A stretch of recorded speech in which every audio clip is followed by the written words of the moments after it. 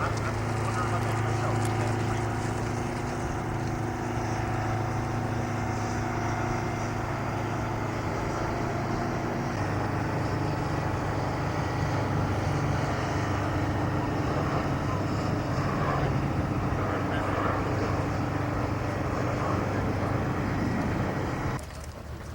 Back.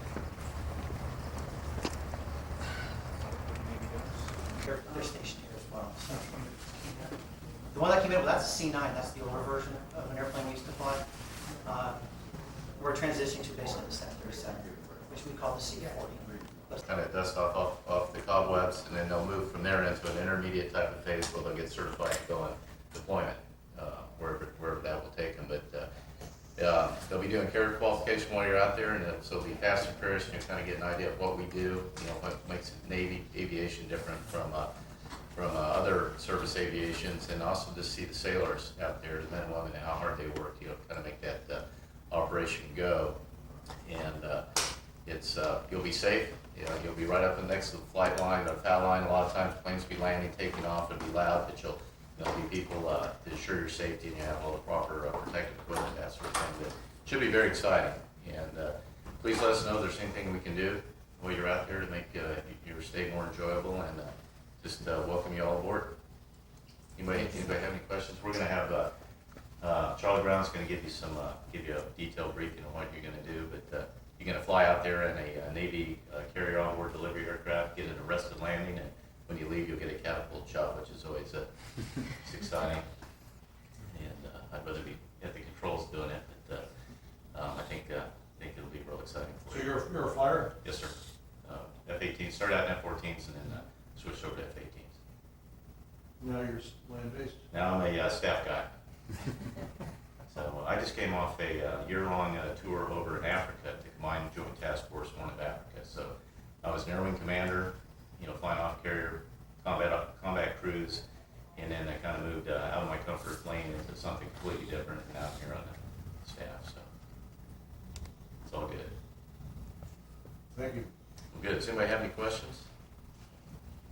Okay. Again, welcome. And we don't get a chance to bring a lot of people out. And so to have the opportunity for y'all to join us, that means a lot to us. I know as the Chief of Staff said, it's going to be an exciting time. You're going to be up close enough on the flight deck to feel the heat from I said you'll get on the flight deck, and watching flight operations both day and night is just, I was on a carrier for 2 years. I never got tired of watching it. I mean, it is amazing.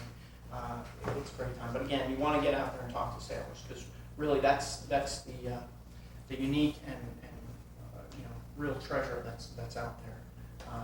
You'll be able to find out where they're from. Probably some of them from your hometowns. 5,000 people out there, so there's a lot going on. You're gonna get all around the ship. You'll probably see more of the ship in the next 24 hours than a lot of sailors see in their 3 years on board, because that's what you're going out there to do, and they're out there to work. So a lot of times they're out, just seeing the spaces where they work.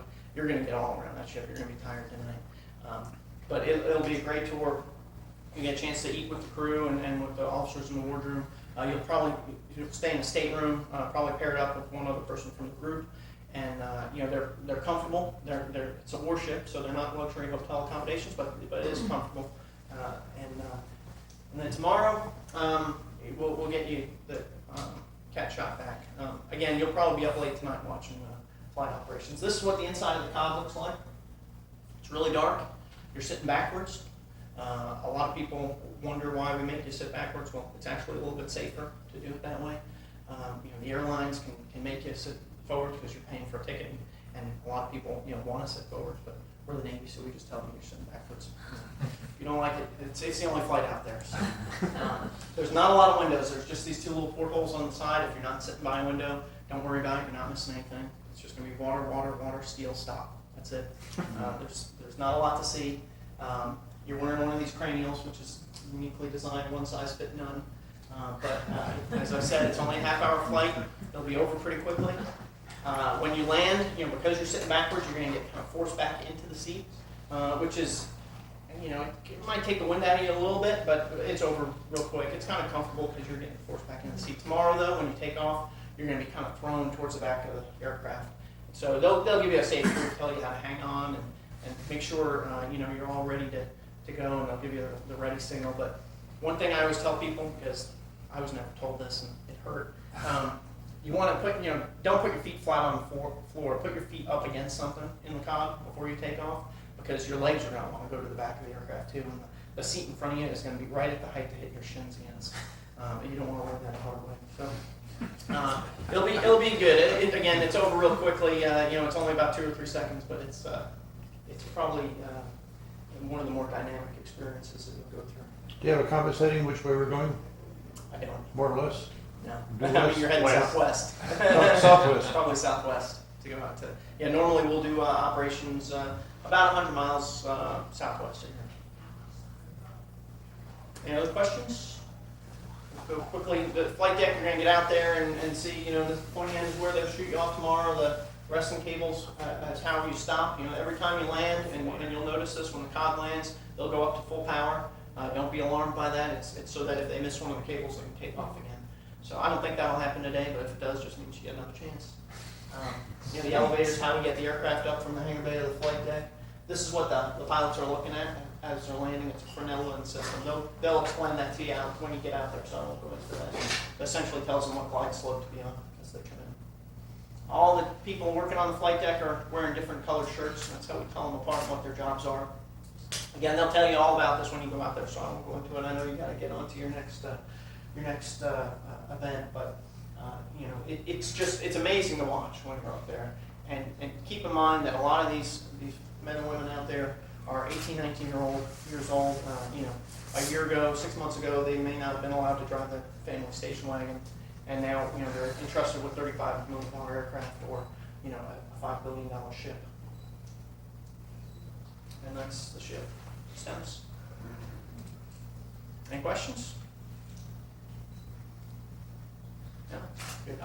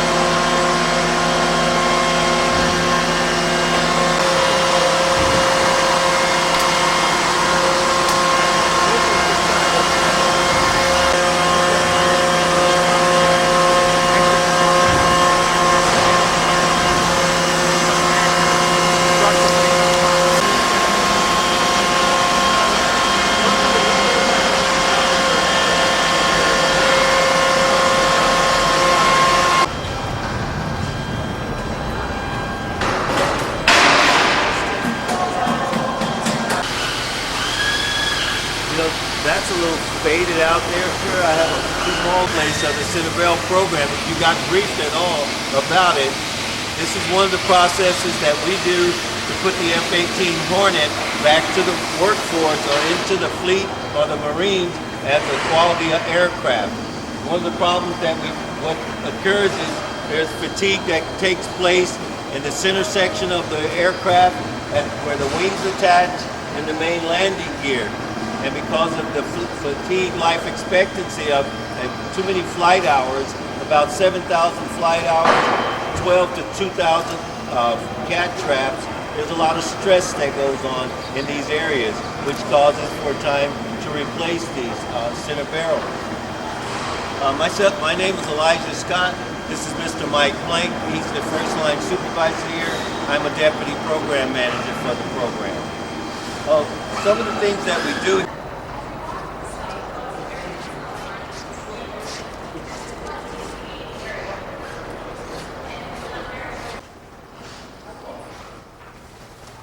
Every aircraft, every board stands for an aircraft is on. She's there. If she needs to, she's going to come over to the purpose cell, where we're going to do all of our metalwork and our wiring on it. We do the technical process, which is level stage electrical process, where she goes through and we hook machines up to her and they test all the wiring for currents, shorts, opens. It takes about 570 hours depending upon aircraft. It's completely automated. Our technicians just hook up the cables, which take forever, and they let her run. Of course, when there's an area, when she sells, when everything she goes up and there's no issues on her flight, we're going to sell her back some food. Once the paper is signed, we're going to paint her, make sure she's nice and pretty. Because her first flight, she's bare metal. We're going to paint her up, so make sure she's nice and pretty. We're going to fly her one more time just to make sure nothing got messed up in the process. In a C2 aircraft, there's about 20 miles worth of wire. Our technicians, as bold as they are, they remove it all and replace it. The C2 was originally any electrical technician knows caps and wiring is bad. When it gets old, it gets frail and brittle and it breaks. So it's a major fire hazard in the aircraft. Our technicians, it's just happen. You just come back later. A lot of man hours wasted and spent walking in the meeting.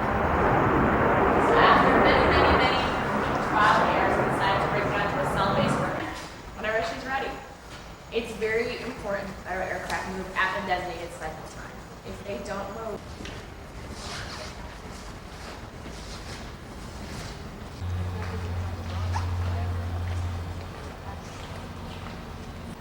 as long as we keep on the busy schedule we're on. Well done. And 726. With these engines, we don't work on them here. We send them out. We outsource them to Point Magoo. Every time we have an engine come in that's bad, we send it up there and hopefully there's another one done. Point Magoo is another military base. Good morning, everybody. Like Joe said, I'm Lieutenant Evan Reese. I fly for Fleet Logistics Support Squadron 30. One of the aircraft commanders down there, in charge of the aircraft when we fly out today. Here to give you a quick safety brief and a rundown of what's going to happen later today when you fly out to the boat, tomorrow when you come off the boat, and kind of what to expect on the boat. Has anybody ever been out to an aircraft carrier before? Yes, sir? Submariner. Submarine? Fair enough, sir. So nobody's been out to an aircraft carrier, ever been on an aircraft carrier before? Okay, but didn't fly out, right? All right. You're in for a treat today. The C-2 Greyhound is a wonderful aircraft, 40-year-old Grumman aircraft, reprocured in the 1980s, so technically it's only 20 years old, but it's an old aircraft. So a lot of the stuff I tell you today is not to scare you, it's just so you're aware of it, so you kind of know what to expect, so when you see it, you're not like, oh my God, okay? So just bear with us. If you've ever flown Southwest Airlines, anybody ever flown that? Not too comfortable, right? This is worse. I wish there was so much sugar-coated, but there's not. Like I said, 40-year-old aircraft, nice and old, has a range of about 1,000 miles. We can haul 26 passengers, like today's mission, about 10,000 pounds of cargo, with the primary means of high-priority logistical support for the aircraft carrier when at sea. High priority meaning they can't wait for a ship to haul it out there. It'd take 4 or 5 days to get it out there. We get it to them in under 5 hours. So that's what we do. Today, the aircraft you'll be flying in, Lieutenant Murphy, Lieutenant Commander Justison. Been in the squadron. Lieutenant Murphy and I checked in together. Lieutenant Commander Justison is kind of a legend in our community. She's been around for a while, and she will be taking the trap today, I believe, for you all. Good pilots. You're in good hands today. She was actually one of my instructors, so you guys will do fine. They're going to pull up today, right outside here on the line, and we'll have you all geared up and ready to go out there. After I'm done with my brief, hey, Officer Connington, we'll show you the safety gear. We'll make sure you get it on and fit properly before you walk out. Do ask that once you have this safety gear on, please keep it on until you are inside the aircraft carrier. That's all day. Through the plane, walking on the flight deck, walking out here. The reason we ask you to do that is one of the props will be turning. We'll shut down one engine and have you get on the aircraft, but the other prop will be turning. This is to protect your eyes in case something kicks up, also to protect your head, just like wearing a hard hat on a construction site. If in the back of the plane today, at any time you have hot spots or feel like you really want to take your cranial off, take your goggles off and whatnot, I just ask that you ask the air crew in the back of the aircraft before you do it. They'll look slightly prettier than these two gentlemen here, but there'll be two of them in the back there. Their concerns in the back and my concern up front when we're flying you is your safety, your comfort, and the safety of the aircraft. Your safety comes first, so if it's a little uncomfortable and they ask you to please keep it on for whatever reason, please understand safety is paramount. We would sacrifice a little bit of comfort for that. But that being said, if you do feel like you need to remove anything or if you want to stand up on the aircraft, just please check with the aircrew first. They'll let you know if it's safe to do so. They'll tell you when you can relax your safety gear. I just ask that you don't do that without their permission. Anything they tell you in the back of the aircraft is merely for your safety.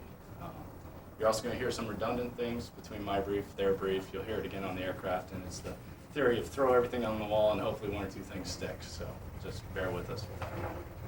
When the aircraft does pull up, like I said, it'll have an engine shut down. You'll have geared up, you'll have your cranial on, your goggles down, your horse collar on, which is a flotation device. And we'll walk you out in a single file line. Ask you to stay in that single file line. That's for accountability for us. We know how many of you there are. I'm counting, Joe's counting, the aircrew are counting, the pilots and the aircraft are counting to make sure we don't leave anybody behind. Or if somebody does trip or stumble or whatnot, we can get to them, make sure they're okay. When you step up onto the aircraft, you're going to approach from the back end of it. It has a cargo ramp. It looks like a little mini C-130. So the cargo ramp will be down. It's about 1.5 to 2 foot off the deck, about that tall off the flight line. So when you step up onto it, if you need help, please stick your hand out. There'll be an air crewman at the back of the ramp ready to grab your hand and help you up onto it. It's kind of like stepping onto a sailboat or a motorboat. The aircraft could be swaying a bit because of the engine online. Most of the time it's not, but if the winds kick up, you'll feel it shaking underneath it. When you do get up on the back of the ramp, first thing you're going to see is a whole lot of seats looking at you. Aircrew didn't mess up. They're supposed to be backwards. That's for safety reasons. That seat can withstand a 20 G impact going backwards. Otherwise, if it was facing forward, you would withstand all that in the harnesses on your body. So it's a safety precaution. All airlines will actually design aircraft this way if they can get away with selling a transatlantic ticket flying backwards. I think a lot of people would not like that. Because of that, you are flying backwards. Does anybody here get motion sick? We'll see. A little bit? Okay. If you start feeling queasy, again, please get the attention of the aircrew. They can either move your seat, let you sit by one of the two windows, which I'll tell you about in a second, let you walk around. We can get you some oxygen, and it will make you feel better. 100% oxygen is a wonderful thing.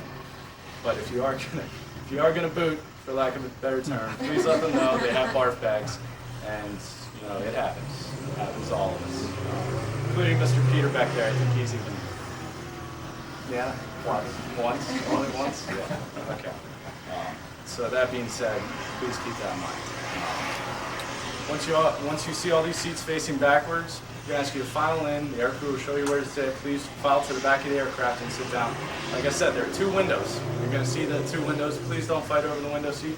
If you came over the Coronado Bay Bridge this morning, everybody drive over here, or if you're already on the island, you saw water once. You're going to see it again out that window, and that's about all you're going to see. A whole lot of blue, and that's it. Nothing really to look at out there, so please understand that.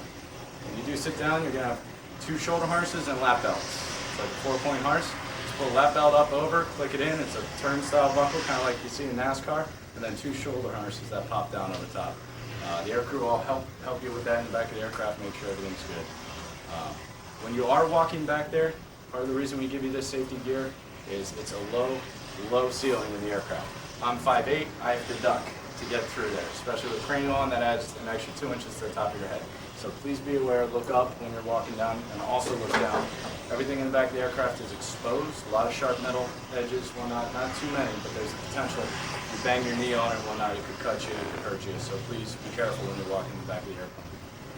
Once you do get seated, strapped in, ready to go, you'll hear the other engine come online, the ramp will close up, the aircrew will give you a quick brief in the back of the airplane. Within about 2-3 minutes, you'll be airborne. Be pretty cool. You're going to hear the engines come up, you're going to bounce around a lot, and you're going to be flying. Flight out to the ship today should be around 30 to 40 minutes. Probably hold overhead the ship for 5 to 10 minutes. They're pretty close offshore.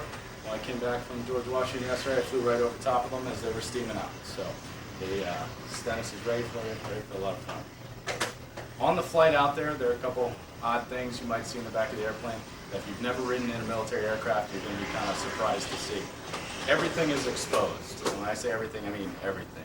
You're going to look it up, you're going to see hide lines, fuel lines, you're going to see wire bundles, you're going to see bleed air lines, you're going to see random labeling everywhere, fuel filters, hydraulic filters. All this stuff is accessible because if something does happen in the aircraft, our aircrew are trained as maintainers first. They can fix it almost every time. They fix it before it's even a problem, before we even have to land somewhere to get it fixed. So that's why everything is exposed. But because it's exposed, I would ask that you don't be curious, start sticking your hands in certain areas and whatnot. If you have a question about anything in the back, please ask one of the aircrew, and they will gladly show you or tell you what it is, let you know if you could stick your hand in there. The reason being, bleed air lines. Bleed air is 520 degrees Celsius, which is extremely hot. So there is the potential there for you to either cut your hand or burn your hand, something like that. Because all these lines are exposed, and it is a Grumman aircraft, which we love because they're safe and they're wonderful, but it's old. So if something starts dripping on you today, please do not be upset. Let the aircrew know. We'll shift your seat somewhere where it's not dripping. If we don't have an extra seat for you, get a garbage bag, cover up your clothes so your clothes aren't ruined, okay?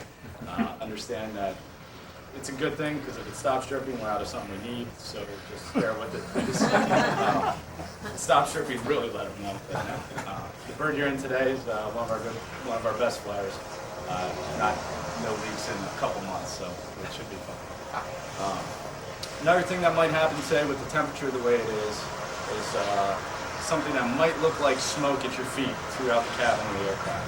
This is literally a cloud in the aircraft. We get it in the cockpit a lot, it's just fog. It's like a discotheque out there. We put a little disco ball and it'd be fun, but that's just humidity condensing off our air conditioning system. Goes to the lowest point in the cabin, which is right around your feet. So if you see fog out there, there's the potential of it today with the humidity and the temperature the way it is. Don't be alarmed, it's not smoke. It's just the AC is working. That being said, we do have air conditioning and heating in the back. If you're extremely hot or extremely cold, let the aircrew know. They'll mess with the temperature and try and get it to a comfortable medium for everybody. That's about it for the back of the aircraft on the flight out today. When you get out to the aircraft carrier, like I said, you may hold overhead for a few minutes. It's no big deal. That's just the aircraft carrier getting the deck, what we call a ready deck, ready for us to recover. That's just making sure they go through all their safety checks for the arresting gear and everything. And then say, okay, come on now, and we go trap. Today you'll be doing a 3 mile straight in on for the trap. Normally we do what's called the overhead brake, which is pulling 3 Gs, 60-degree angles of bank, up doing about 250 to 300 knots off the bow of the aircraft carrier. Snapping around, it's the most expeditious way to recover aircraft. You'll see that later today when they start recovering the jets and the E2s and some of the big ones. So you'll get to see that later today. We're not going to do that with you all today because it takes even seasoned pilots who haven't been flying at the carrier for a year or so. They'll go out there and they'll be booting and braking over. They'll be popping up. So it takes these guys a couple flights to get used to it. It's funny watching some of the new crewmen back there. They get a little squeamish. So we're not going to do that today just because your bodies are not adapted to aviation physiology right now. We do this every day. Our bodies are accustomed to it. We have fun doing it. It wouldn't take long for your body to get adjusted for the ball. Everybody's seen Top Gun, I assume, and possibly the new carrier, the Carrier series that was on Discovery. A few things Top Gun got right was flying the meatball. That's going to happen today. 3/4 mile, they'll call the ball, and at that point, no autopilot, nothing like that fancy in our aircraft. The pilot is going to be trying to put the hook in the 1.5 square foot box on the carrier deck. Stennis has 4 wires. They'll be aiming for the 3-wire today, and he'll call the ball and he'll be flying it. But to do that, he'll be doing a lot of rapid engine changes and whatnot. So when you hear this is just him trying to get that perfect pass right into the 3-wire. About 5 seconds you normally give it? Prior, 5 to 10 seconds. 5 to 10 seconds prior to the trap, you're going to see the aircrew pump their hands. If it was Peter flying with you today, you'd see him doing some sort of crazy monkey dance. This is just them letting you know to get ready for the trap. To get ready for the trap is not a big deal. The trap is actually benign because you are facing backwards. Just feet flat on the floor, sit comfortably in the chair, straighten your back up into the back of the seat, and once you trap, you'll just ease into the seat, and you'll be stopped, and you'll be like, wow, that wasn't that bad. Oh, what's all this noise about? Sitting backwards, like I said, you don't feel it. In reality, you just came down about 1,000 feet per minute and went from 140 miles an hour to 0 in about 300 feet of payout. On average, to do that on a runway like this out here, that takes us 6,000 feet to stop the aircraft. So that's the abruptness of it. We feel it up front. We're generally hanging in our straps and everything, but you'll feel the fun tomorrow on the catapult shot. When you do hit the deck, like I said, 1,000 feet per minute, it's like dropping a bowling ball out of a two-story window and watching it bounce on a piece of concrete, except this is 2 pieces of steel meeting. So as soon as you touch down, you're going to feel that. The next thing you're going to do is hear this giant scraping noise. If you're at, like back by the cargo ramp, and that's just a giant piece of steel scraping across another giant piece of steel. That's the tail hook just dragging across the deck until it catches a cross-deck pennant, otherwise known as a wire. Once it does catch that, like I said, in about 200 to 300 feet of payout, you will stop. Back up a little, they'll raise the hook, taxi out of the LA. You'll see the aircrew open the ramp, and you'll be looking at the aircraft carrier. You'll be on board the aircraft carrier. Ask that you stay in your seat strapped in until the aircrew tell you it's okay to stand up. This is for your safety. A lot of times we have to respot on the carrier deck. You'll see later today, it's a very, very high-priced piece of real estate out there. Every inch is accounted for. So there's a lot of little minute adjusting and whatnot.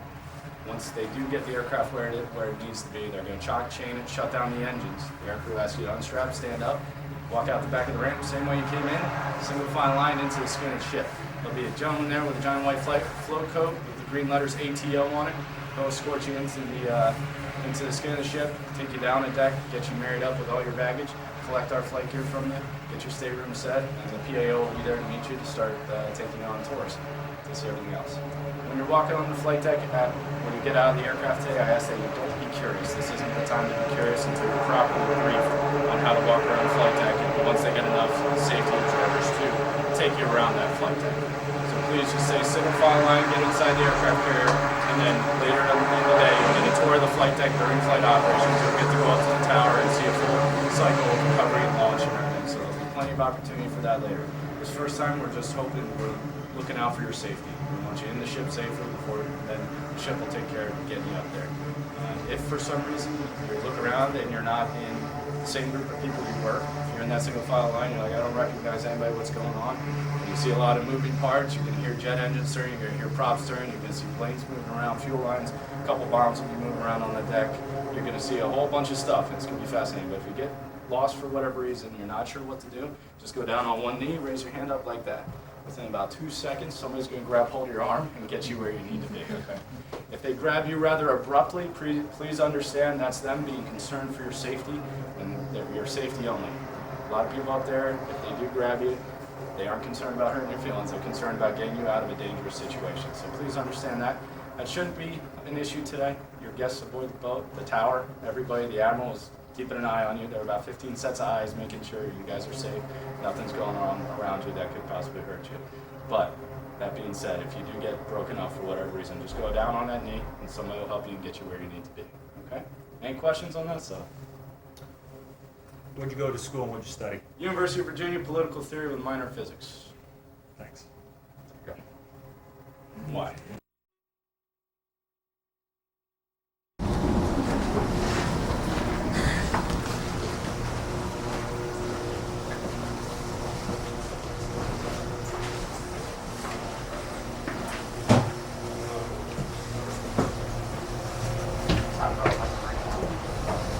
Something like this. It would be the actual plan.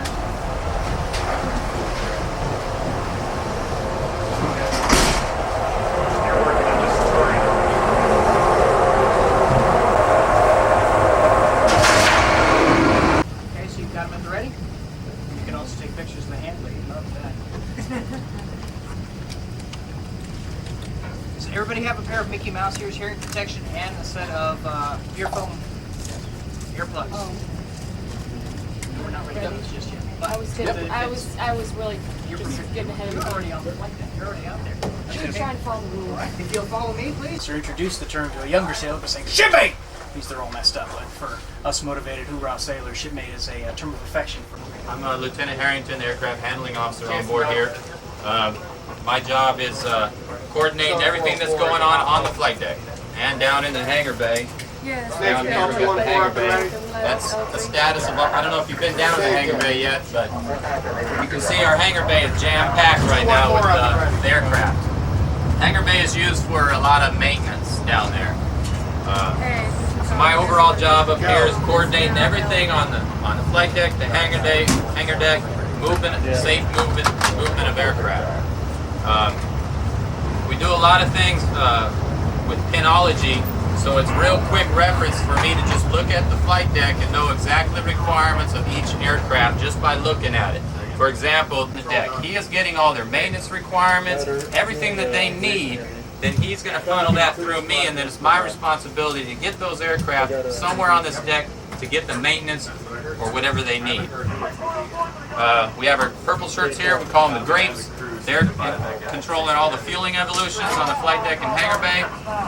We have an ordnance man, Wets, back here. He's very important when we start flying with ordnance on aircraft. We have an aircraft emergency. My first response is planes up here. So greatest challenge is working with the squadrons on their maintenance requirements. As we get 40 airplanes up here, they got to start doing wing spreads. We need to get them in spots where they can spread their wings, because when we have them stuffed up here, they're all folded up. And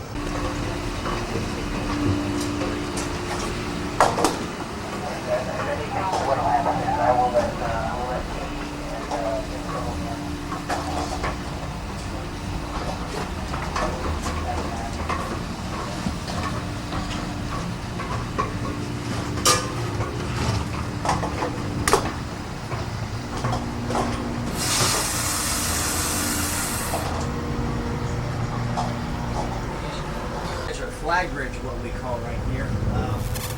This is one of the spaces that the Admiral owns, but you can see right now on your right is Catapult 1. Off to the left of it is Catapult 2, so we are launching aircraft as we're landing. You look off to the far left where that aircraft is turning, the Super Hornet. Right there, he just landed, is coming off the flight deck, and he typically should come out here, take a hard left, and get launched right in. And so you see the guys in the yellow jerseys, they're flight deck directors. Their color on the flight deck pertains to the job they do. So you have the yellow shirts, as we call them, which are following around. They're the ones directing the aircrafts. Telling them to fold their wings, telling them to extend their wings, where to go. You see the gentleman in the red, that's kind of the crash and salvage team, or the flight deck firefighting team, if you will. We also, ordnance wears red as well. The green are our maintenance guys. They maintain. Now he missed. His look is down. He missed. We did a vulture, so That's right there. he missed right there, basically. He did a vulture, so he's going to go back around and try again. The difference between Navy pilots and the rest of the pilots in the world is whenever they land on an aircraft carrier, they go to full power. Regardless if they think they caught a wire or not, the pure fact if they missed or something happens to the wire, they have enough power to go off the front end like he just did. Not again, a little bit better, another training week, and then they graduate, if you will, onto their actual squadron. So a lot of these pilots, they're across the flight deck, that is what lets them know if they're high, they're low, they're left, or they're right. That helps them land with wire number 3. You see the aircraft that just missed, he's coming back around. Coming for landing. They look at that right there. Well, they can. It depends on they'll look at that and the instruments in the aircraft. But during the day, they do a lot more visual approaches because they're a lot corrected a little bit to the left. They'll come in, they'll dip because we're moving from them. So that was a really good landing for a second time. And the 100 series pulling out, here's a Super Hornet. If you look at 404, you can kind of tell the size. So you got a green deck, so he may be landing. There he comes.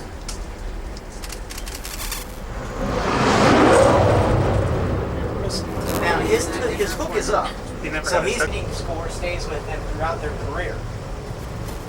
So that can help promotion, that can hurt promotion. If you get washed out, We'll do a safety board. I'll probably give you some time down, some more landing field on the runway, and then bring you back out and help get it that time. so how long does it take?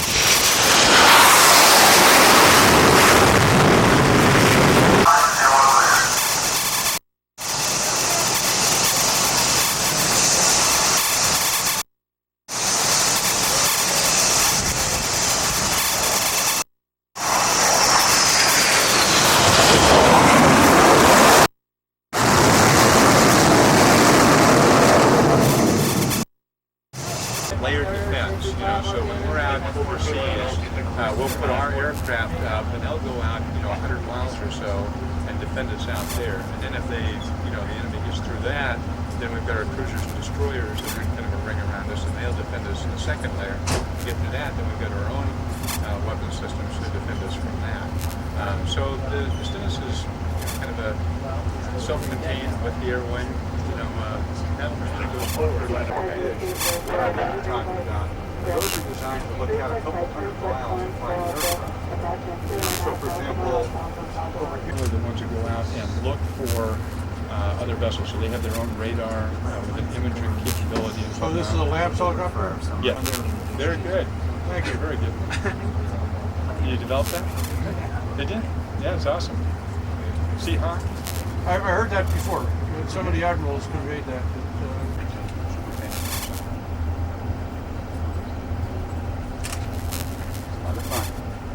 What's the biggest challenge?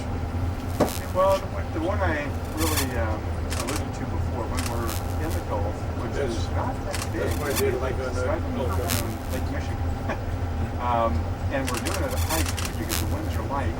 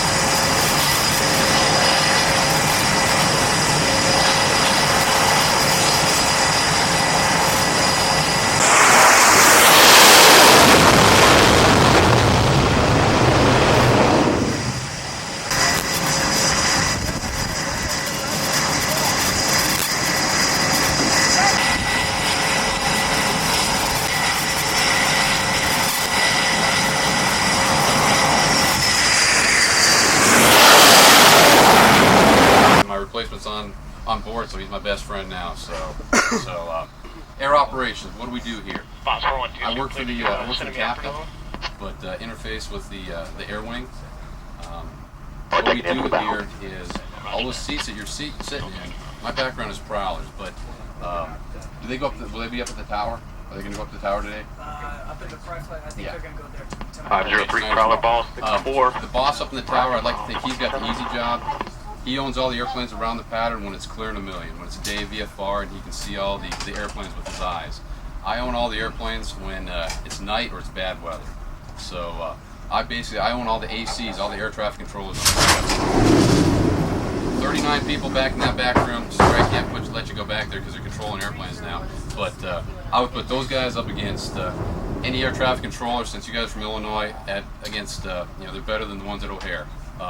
Takes a little bit of a different, or I think a better person, and I'm biased of course, to vector an airplane around it on a moving target rather than on a stationary piece of land. USS 297. They do all the hard work. Working 80 miles for the Hornets. Bingo 2.5. Hold down 3.3. All the chairs that you're sitting in, CAG, the Air Wing Commander, the Admiral, the COs and XOs of all the different squadrons come down. Tower 210 up and ready, 35K. When it's night or bad weather, sit in those chairs, and if one of the airplanes that's airborne has an issue, give them a phone, put them on a radio, and we'll come up with a plan to see what they need to do.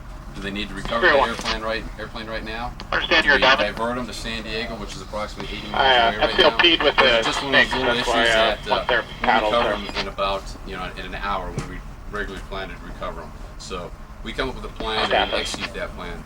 So while I work with the captain, I work with the admiral staff, work with the air wing, work with the individual squadrons. So for a non-flying job, it's actually a very good job for me. So that's my own personal opinion. What we do out here, well, that's my window out there. I wish I had a bigger window, but that's our window. What's going on right now, this is our air wing. The ship and the air wing is a team. We got back in deployment approximately the end of August. Spent 6 months in going underway a yard period. And this is the first time that our air wing that's based, there's some in Lemoore, California, some in Whidbey Island, Washington, Miramar, North Island, throughout California at night. Some are getting 2 at the day and 2 at night based on the last time they were at the carrier. So that's what's going on here. And I hope, I know where you guys are living, so I hope you're not planning on going to sleep early. You might go to your rooms about 22, 11, 10, 11 o'clock at night, but we plan on flying until about 01:30. So I hope you got earplugs. So it'll be fun, but it's going to be loud. So what do we do here? These boards right here, these boards get sent throughout the ship. The squadron ready rooms, where the individual squadrons are, to the captain's chair up on the bridge, to the admiral's office next door. We're kind of the keepers of these boards, and it's just built situational awareness, SA, throughout the ship of what's going on. So these things have got to be good or get yelled at. Basically, the side number, who's flying it, what pilot, who's flying it. Like here, what time have they departed? 1600. You landed at 1634, basically 2 minutes ago. What frequency they're up, in case I need to get hold of them. Side number again. State is how much gas they have. So this guy here who landed 2 minutes ago, he's got 3,400 pounds of gas. And near and dear to your heart, it's one thing if you're 80 miles off the coast of San Diego, they get low on gas. You can send them away to San Diego, go to North Island where you guys got on the COD this morning. We'll bingo them there, or they'll divert there. They'll go through basically the drive-through, hook up to the gas station. They won't get out of the jet. They'll stay. The jet will keep running. They'll hook it up. They'll fill them up with gas, and they'll bring it back out to the ship. But if we're out in the middle of the ocean, and your nearest land is 1,000 plus miles away, trust me, you're going to land here. This is whether it's in clear weather, day, night, or 0-0. If it's terrible weather, we're going to get you down. And those guys in back, near and dear to my heart, because I'm a flyer, they'll bring you down every night, every time. So, bingo. Basically, what this means is, let's see, this guy right here. If he got down to 3,000 pounds, it's like that light that comes onto your car saying, "Hey, you got to pull over to the next gas station." So, if this guy gets down to 3,000 pounds, he's on his way to San Diego. No questions asked. No ifs, ands, or buts. He's directly there. And the profile here, this is kind of information here. What did this guy do? This guy flew on from Lemoore by Fresno, California. He got 2 traps, got a foul deck wave up, meaning that he tried to land. The landing area there was an airplane there, where the wires weren't set right, so he came around to land, couldn't land, so he just hit the power and climbed up the pattern altitude and took it around. And he got 3 more traps. This guy basically launched from the ship, got a foul deck wave off, 2 traps, and now he's airborne flying around the pattern. So it's kind of information 501, that, probably so ball, everybody throughout 59. the ship Roger, ball. can look up there and see how many traps they have, how much gas they have, where they are. So these are near and dear, very important. How do you know what the fuel? We call him. Basically, this guy right now, he'll call. He called the ball. He'll say 500 probably ball. What he said, 500 probably ball. People, myself included, will be up at 6 o'clock the next morning. So it's just long days for everybody. We love it out here, but after a few days, it does get tiring. So that's what we do here. During what else do we do? We own the gas. We own the airborne tankers. During the day, we have 2 airborne tankers at all times during the day. At night, there's 3 tankers. In case somebody cannot come around to land, been there, done that. If anybody says they never go around or never bolt her, they're a liar. Been there and done that a few times. So they can't get aboard. They'll climb up and we'll send them to a tanker. They'll hook up. They'll get gas from a tanker, and then they'll come back and land, try to land again. And we'll keep sending tankers up till these guys come down to land. Like I said, it's pretty easy if you're 100 miles from San Diego, but if you're in the middle of the ocean, we're going to send as many tankers up, because going to a tanker is a lot better than getting wet. So that's what we do here. What is it? What is, say, 3,000? Is that 3,000 pounds? Is that the 3,000 pounds of gas of fuel. Is that the deadline for example, today? No, based on that 3,000 pounds, it's based on we are for 80 miles away from San Diego. That guy, he'll basically, his profile, he'll go to, hit the gas, go full power. He'll climb up to approximately like 25,000 feet. He'll pull the throttle all the way back, and he'll basically glide, going about 180 to 200 knots, 200 miles an hour, and then he'll get probably 40 miles from San Diego. He'll pull that. He'll basically just point the nose over, and he's gliding all the way down. And so he'll land with approximately 1,500 pounds at San Diego. There's a little bit of slop there, but yeah, that means that he can't go zorching around at the speed of heat. He needs to watch his throttle. He can't play with his throttles. He needs to climb and go straight and level, and he'll land there safely. So that's what we track. Gas is important. Weather is important. We also in here track what's the weather at San Diego. Right now, in case they have to divert, they're going to go to San Diego, where you guys got on the cod this morning. The other divert is normally Miramar, but they're closed today. So it's the island off the coast, San Clemente. So we have to track the weather, making sure that if somebody does divert, we send them to an airfield that's open. This is a 3 water. Basically, what happens down here is all the work of what goes on up on deck. As the aircraft comes in, the tail hook engages cross-side pennant. The motion and force of the aircraft is transmitted through the cable into this big cylinder right here.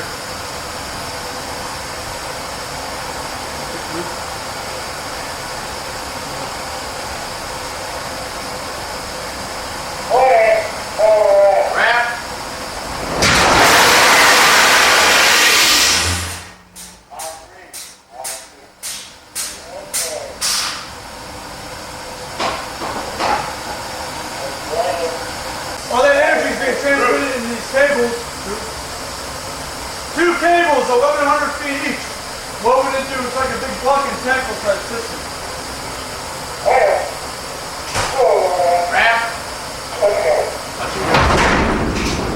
Alright, as this big cylinder's stroking in, you got this other cylinder. It's called the NEC. It's called hydraulic fluid. The ram's pushing all this fluid out of this cylinder up through that elbow right there and through that stanchion. That stanchion is basically the heart of the rest of your engine. We try to bring each aircraft to a stop within 183 inches of ram travel. Anything more than that could be dangerous or catastrophic to the people within inside the engine room or the pilot. The way that fluid is stopped and metered comes up through that valve as it's coming in, that valve will slowly closing the gap in which the fluid can flow. Once it gets to about 183 inches, that gap will close, it will seal, and your arrestment will be complete. It comes out of your CRO valve. There's two sides of this cylinder up here. You got an air side and a fluid side.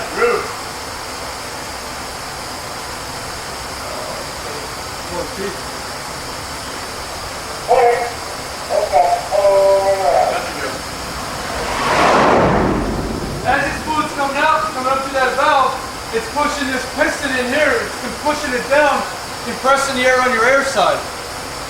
Once arrestment's complete, your piston's about right here. All your air is now compressing these two stacks. We got a guy up on deck, call him deckhead. Once the arrestment's complete, he'll pull down a lever. That lever will open up will open up a valve in the back of the engine. That valve will allow the compressed air to push the fluid back down into the main cylinder, pushing the crosshead back in the battery and reset for an extra aircraft. Basically how it works. How fast? We can arrest about every 30 seconds. We can take a trap. But every 30 to 45 seconds.